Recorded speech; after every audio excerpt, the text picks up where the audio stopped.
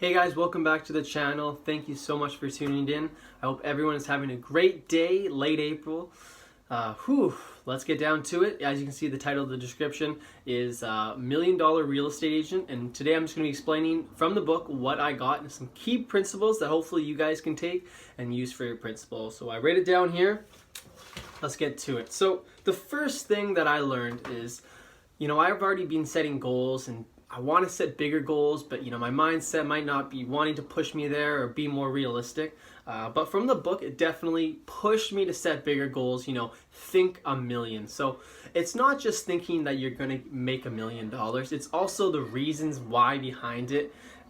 It's just to get you to think bigger. So what, even developing your why. Why do you want to think $1 million? Why do you want to receive $1 million? What will you do with that money? It's just thinking bigger.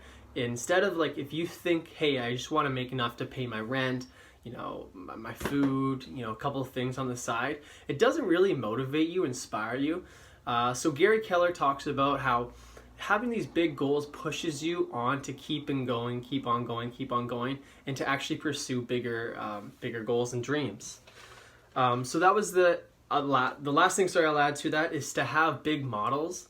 Maybe don't, like I said, definitely follow agents in your marketplace, but also follow big real estate producers selling millions. See what they're doing. Try to follow their models and their systems to get what you can on them, and then try to develop it after a time.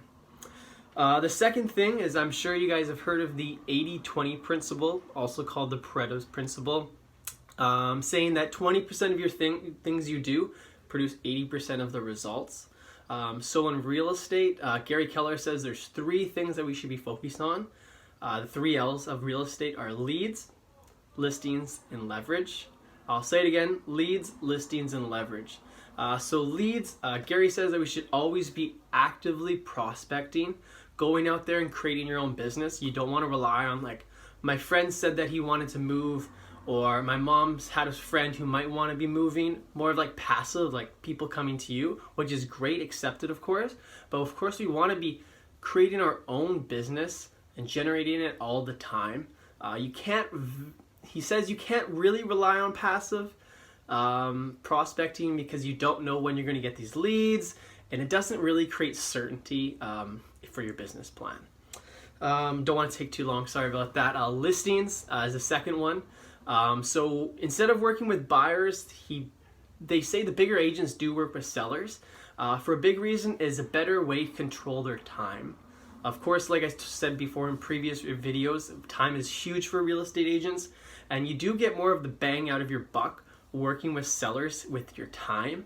And it also gives you a really good opportunity to market yourself.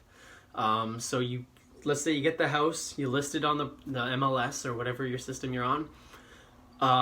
Then you can do flyouts, door knocks.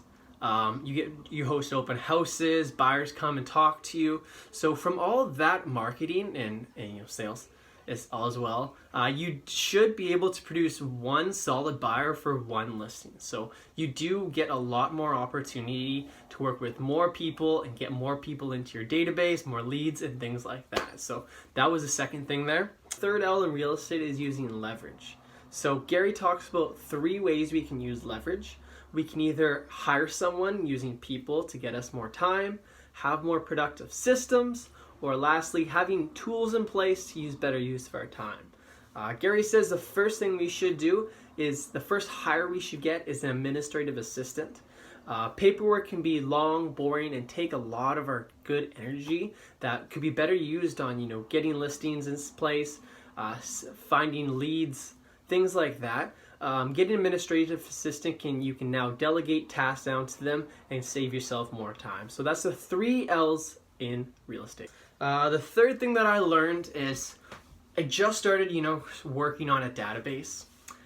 For me personally, I'm 22, and I was thinking, well, most of the people I know vary from 20 to 25, and most of them around my age, do they really think about buying a home? Should I honestly be talking to them now and should just wait 5 years or whatever?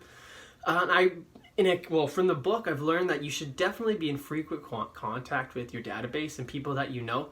Let them know that you're in the business, because even if they don't want to buy or sell now, they can in the future, and that they might know someone later on, or right now, that is thinking of buying or selling, and they might refer you business. So keeping in frequent contact with your database and ensuring that you really value relationships and are there for them is a good thing to start off with, especially being a new agent, just getting your name out there. And the great quote I got from that is, they say, not focused very well. They say, Gary Keller said that when it comes down to it, your database is your business. The people you work with, that is your business. Bottom line, you need to have a database and know who you're talking to and have frequent contact in that. So yeah, that's just a little video on what I learned from the Real Estate $1 Million Agent. Like I said, if you want to go listen to it on YouTube for free, go do that. You could also order the book online. It might take a couple of weeks, especially during COVID right now. But I really recommend it to you, unless these 3 things covered all that you want to work on. Hope this gives you value, guys, and please start working, start trying, don't give up. During this time, it's always opportunity, so please get working, and I wish you all the best of luck. Thanks, guys.